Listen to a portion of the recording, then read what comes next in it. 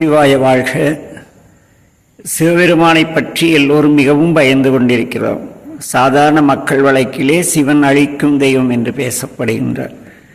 சிவன் நம்முடைய வாழ்வையோ வலிமையையோ நம்முடைய மனைவி மக்களையோ மற்றவர்களையோ பிரித்து அழித்து அநியாயமாக கெடுக்கக்கூடியவரல்ல சிவபெருமான். சிவபெருமான் அன்பு வடிவானவர், எல்லா உயிர்களுக்கும் அன்பை தரக்கூடியவர். ஆனால் அவர் ஒரு வழியிலே அழிக்கும் தெய்வம் கூட. நம்முடைய அறியாமையை அழிப்பார், வறுமையை அழிப்பார், ஏழ்மையை அழிப்பார், நம்முடைய ஒழுக்கமற்ற வாழ்வினை அழித்து நல்லொழுக்கம் மிக்க வாழ்க்கையை தருவார். ஆக இவர் செய்யக்கூடிய அழித்தல் தொழில் என்பது நம்முடைய அறியாமை, கோபம், பிறரிடத்து நாம் காட்டும் தேவையற்ற அழுக்காறு, நம்முடைய வறுமை என்பவை அன்றி வேறு எதுவும் இல்லை. ஆகவே தைரியமாக நம் பெருமானை வழிபடுவது சிறப்பு.